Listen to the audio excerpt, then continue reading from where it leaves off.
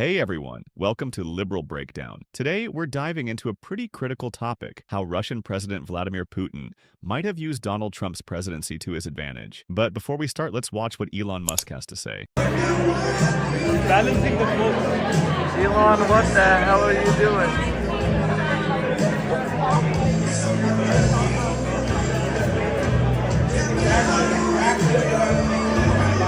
Yeah, so nothing important. Just playing with fork and knife like he and Trump are playing with us. This comes from Vladimir Milov, a former Russian deputy minister of energy who knows a thing or two about how Putin operates. When you see Putin in his public appearances, you see his body language, his facial expressions, you hear the readouts from Trump on what he says Putin is saying. What do you actually see? Hello, great to be with you again. And I think it's very clear that Putin is more self-confident and more brazen than ever. He's been really emboldened by this past couple of months of Donald Trump's presidency because there's been a new factor which did not exist before, a very serious pressure on Ukraine so that Ukraine accepts some of his demands. This is a totally new factor. Putin obviously is very happy to hear. So he believes that with Trump in power, Ukraine is more willing to accept some of Russia's demands. But here's the kicker. Milov also mentioned that Putin knows he can play Trump. This is a huge deal. Putin sees Trump as someone who's easier to manipulate, and that could have dangerous consequences for international security and democracy. As we've seen, Trump's policies have often aligned with Russian interests, and Milov's statement only reinforces that Putin may be using Trump to further his own agenda, especially in Ukraine. This can be dangerous. The U.S. should never be in a position where its leadership can be easily played by authoritarian regimes. Do you think Putin has any trepidation or any uncertainty or feels any pressure from Trump, or literally he has perceived it as full steam ahead?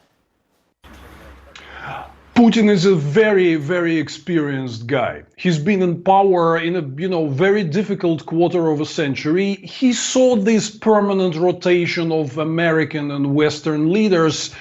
Sorry to say, he knows how to cook them. He's seen this movie before many times. Basically, he arrived in power as a skilled KGB officer who was specialized in recruitment, of saying to people what they exactly want to hear to achieve his goals. So he can play Trump.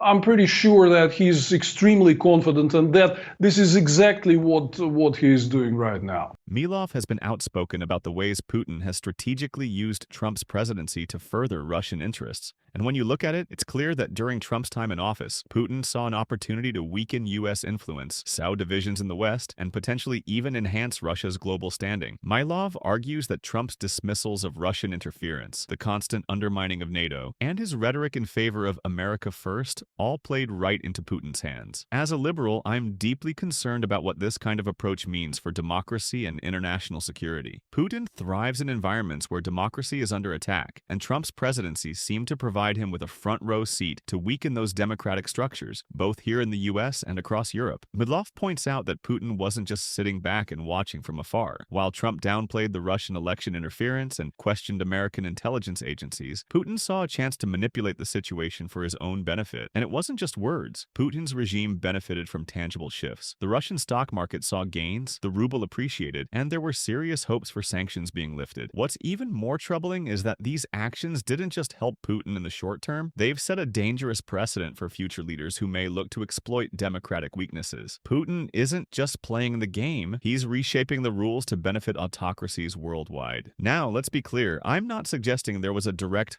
personal collusion. But when you step back and look at how Trump's policies weakened NATO, emboldened Putin, and created chaos in the West, it's hard not to see that Putin got exactly what he wanted: a divided, uncertain, and distracted global order. As I said at the beginning of the show, the Republicans under Trump like to flood the zone with unmentionables. And there's so much stuff to talk about. It is very difficult to know where to start. But why don't we start with Elon Musk and China?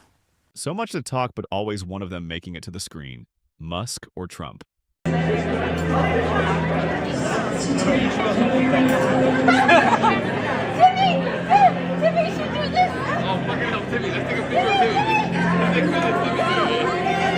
Yes, absolutely. I mean, I think you're making the most important point there right at the start. Day by day, hour by hour, brick by brick, the Trump administration is dismantling American democracy, and it is incredibly difficult to keep up with everything that is taking place here. And the night before he went to the Pentagon, various news organizations here, led by the New York Times, reported that Elon Musk was going to receive a classified briefing about preparations that the Pentagon routinely makes, if necessary, one day to wage war on China.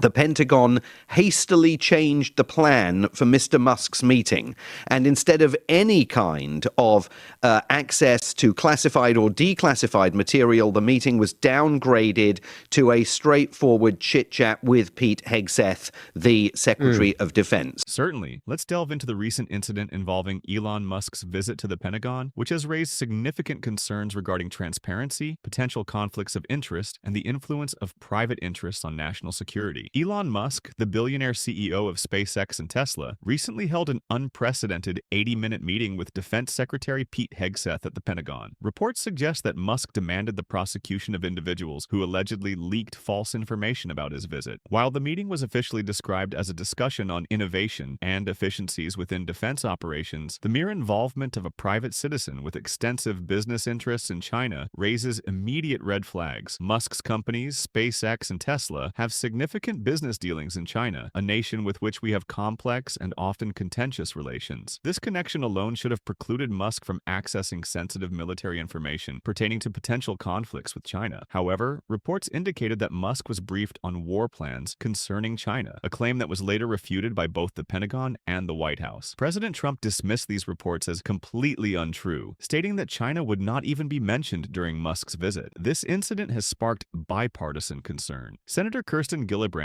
aptly remarked that Musk, as an unelected billionaire, has no business anywhere near the Pentagon. Furthermore, former Obama administration officials have voiced alarm over potential unethical conduct, suggesting that career officials within the Pentagon felt compelled to leak information due to concerns about the nature of Musk's visit. This situation epitomizes the dangers of privatizing national security and allowing private interests to wield undue influence over public institutions. It raises fundamental questions about who gets access to sensitive information and on what grounds. Moreover, it highlights the need for stringent safeguards to prevent conflicts of interest and ensure that decisions are made in the public's best interest, not swayed by corporate agendas. When Elon Musk walks into any government agency, he is the boss.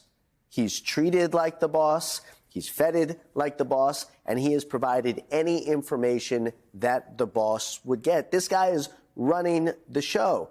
And that's why, it's difficult at this stage to have friction in this administration because basically it's filled with sycophants. But the people that there's any friction with right now is with Elon Musk because he's literally going into different departments and firing people. And it's actually causing disruption in programs like, for instance, PEPFAR, that Donald Trump has said he actually wants to support. This guy is not just the only thing worse than a vigilante is a vigilante that everyone wants to suck up to because they want his money. Max Rose, former U.S. congressman, has been vocal about the growing risks of allowing private citizens, especially billionaires like Elon Musk, access to the Pentagon and our national security information. Musk has business dealings in China, a country with whom we have complicated and often adversarial relations. So the idea that Musk, who stands to gain from relationships with foreign powers, is in close proximity to sensitive military discussions is deeply troubling. This is a situation that should have all of us questioning the line between private interests and national security, a line that seems to be getting dangerously blurry. Musk's involvement in these discussions goes beyond simple innovation. His influence shouldn't extend to matters of war plans and military strategy. When we allow billionaires who profit from international markets, especially in places like China, to have such close ties to our defense infrastructure, we are putting our democracy at risk. We cannot allow private interest to compromise the integrity of our government institutions. Thanks for joining me today. Let me know your thoughts in the comments below, and don't forget to like and subscribe for more content. Stay informed and stay engaged.